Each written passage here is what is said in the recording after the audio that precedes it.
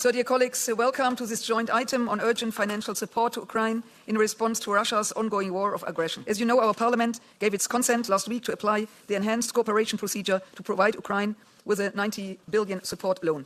Our proposal for a support loan for Ukraine is crucial as Ukraine is running out of money. The proposal includes a large amount for defence, which should notably help Ukraine to carry out urgent acquisition of defence capabilities and major public investments in support of the Ukraine defence industry and its integration into the European defence industrial base. For this important meeting, we welcome Commissioner Valdis Dombrovskis and Commissioner Marta Kos. Before giving them the floor, I will invite the Chair of Inter, Budget and AFET to give their introductory remarks. So, Bernd, the floor is yours. Ukraine needs fresh money to protect themselves. Euros support loan provides a crucial lifeline to Ukraine. We are not close to any ceasefire or peace. People of Ukraine continue to... Commissioner Valdis Dombrovskis and Commissioner Marta Kos. Ukraine has also protected the entire European continent from Russian aggression. Throughout this time, we demonstrated our solidarity with and support for Ukraine. In total, EU support to Ukraine since the beginning of Russia's war of aggression amounts to 193.3 billion euros, making us by far Ukraine's largest international donor. Thank you very much. And now, Marta Kos, Commissioner. On the Ukraine support loan is more than just financial and continue to develop its defense capacities. And it also sends one essential message: Ukraine can count on us. I will now give the floor to the representatives of the political groups. ECR, with one colleague, Richard Kolz, for 4 minutes. The floor is yours. Oh my God, I didn't expect 4 minutes. It's fine. Thank you. Thank you, Madam Chair. Yes, maybe to explain, every group has 4 minutes, and yeah, if there is only one, you have 4 minutes. It's too generous. I will not be speaking 4 minutes. Okay, so, go on. First of all, thank you, both commissioners, for outlining what the support package includes on what conditionality.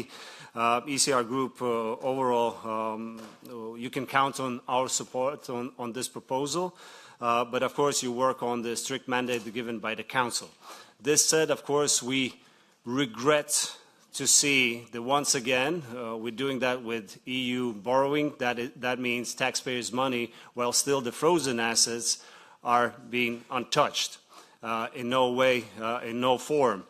In this regards, I have to remind that this House has given 6 mandates to the Commission since 2023 November to seize the frozen assets. 6 times.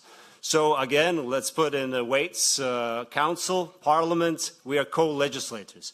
So this kind of ignoring of this House call is also something that should be taken into account. Going into the details, I have to say it's not only loan right now to Ukraine. Since the war, we are giving shelter to more than 4.5 million Ukrainian refugees. And that is, again, through our taxpayers who are facilitating that. That amounts up to 150 billion so far. And I can assume another year, let's add another 50 billion. So, and while still the frozen assets are idly settling and we are making sure that they're not touched. This is show of weakness. And dear colleagues, I should remind, the reading in Moscow is as such. The show of weakness from free people is seen as provocation, as weakness, and that is what provokes the aggressor to do more. So once again, yes, we go ahead with the loan, but that is a weakness that we have shown to Moscow. And that is, again, incentive to be more aggressive towards Ukraine.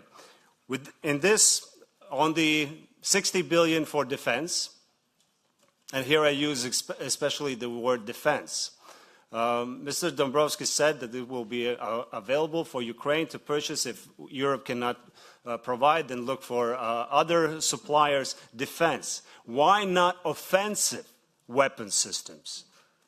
Yes, we call air defense, but we need to give the means for Ukraine to target the aggressor deep inside the enemy military targets that are using to actually launch the rockets and missiles to destroy the critical infrastructure in Ukraine. So I just learned in these days that France is apparently blocking Ukraine's attempts to buy Storm Shadow from UK. So what we are setting, we don't have the means to provide these capabilities for Ukraine, but we will not allow for others who are ready to provide these means to do that.